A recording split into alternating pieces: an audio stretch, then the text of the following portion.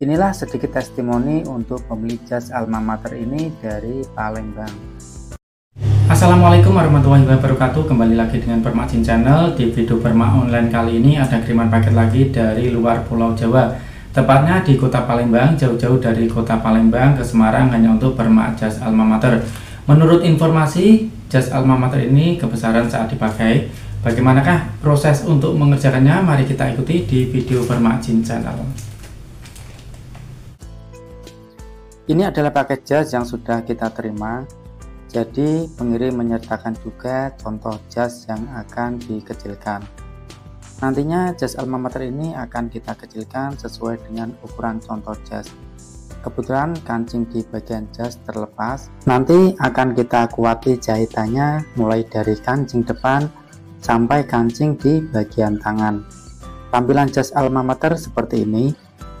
Setelah contohnya kita ukur secara keseluruhan, ternyata ada beberapa bagian yang sudah pas ukurannya, seperti di bagian panjang lengan dan panjang badan.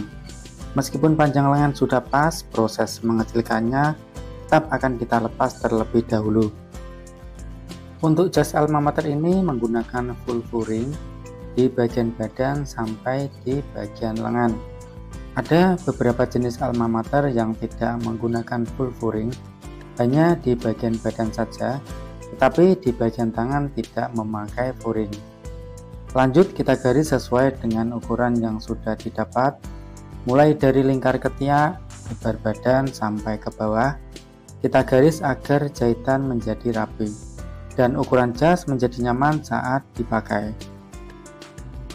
Begitu juga di bagian furing, tidak ketinggalan juga di bagian lengan, itu sendiri termasuk lebar di ujung tangan. Garis sesuai dengan ukuran juga agar jahitan terlihat lurus.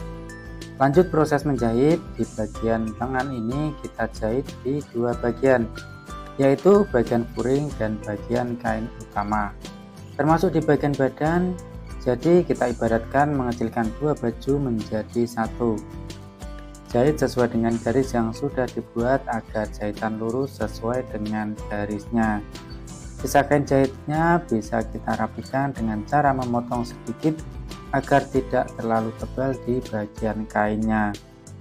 Kemudian kita satukan di bagian ujung tangan agar kembali menyatu dan pastikan ukuran lebar tangan sudah sesuai dengan yang diinginkan. Lanjut di bagian badan. Di bagian badan ini juga sama prosesnya, tinggal jahit sesuai dengan garis yang sudah dibuat. Di bagian badan ini memang agak sulit jika belum terbiasa, terutama di bagian lingkar ketiak karena kita harus menyesuaikan dengan ukuran lingkar lengan. Berbeda sedikit saja ukurannya akan berpengaruh dengan pemasangan lingkar ketiak. Akibatnya lingkar ketiak akan terlihat aneh dan berkerut karena perbedaan ukuran antara lingkar ketiak badan dan lingkar ketiak tangan. Jadi pastikan ukurannya sama, karena di bagian pemasangan atau proses menyatukan jahitan di ketiak pada jas adalah hal yang paling sulit jika tidak terbiasa. Bahkan yang sudah terbiasa pun kadang masih mengalami kelebihan sedikit ukuran. Jadi sekali lagi pastikan ukurannya benar-benar sama. Di bagian lengan sudah kita sambung kembali, dan bagaimanakah hasilnya, apakah berkerut atau sudah rapi di bagian ketiak? Mari kita lihat hasilnya setelah kita jahit dengan hati-hati, dan inilah hasilnya. Bisa kita lihat bagian ketiak terlihat rapi karena ukuran sudah pas atau sama, jadi tidak terlihat berkerut. Di bagian tangan juga sama, sudah kita sesuaikan ukurannya agar nyaman dipakai. Untuk kancing sudah kita rapikan dan dijamin kuat jahitannya. Dari depan nampak jahitan sesuai jalurnya sehingga pas dan nyaman saat dipakai.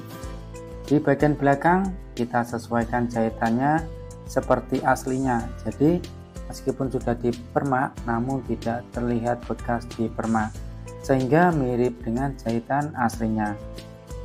Untuk bagian dalam seperti ini tampilannya. Di dalamnya full dengan kain furing, seperti dua baju dikecilkan menjadi satu. Menjahitnya harus ekstra hati-hati dan teliti. Inilah sedikit testimoni untuk pemilik jas alma mater ini dari Palembang. Terima kasih telah menonton video ini sampai akhir, semoga bermanfaat dan nantikan video-video menarik lain dari Permak Jeans Channel.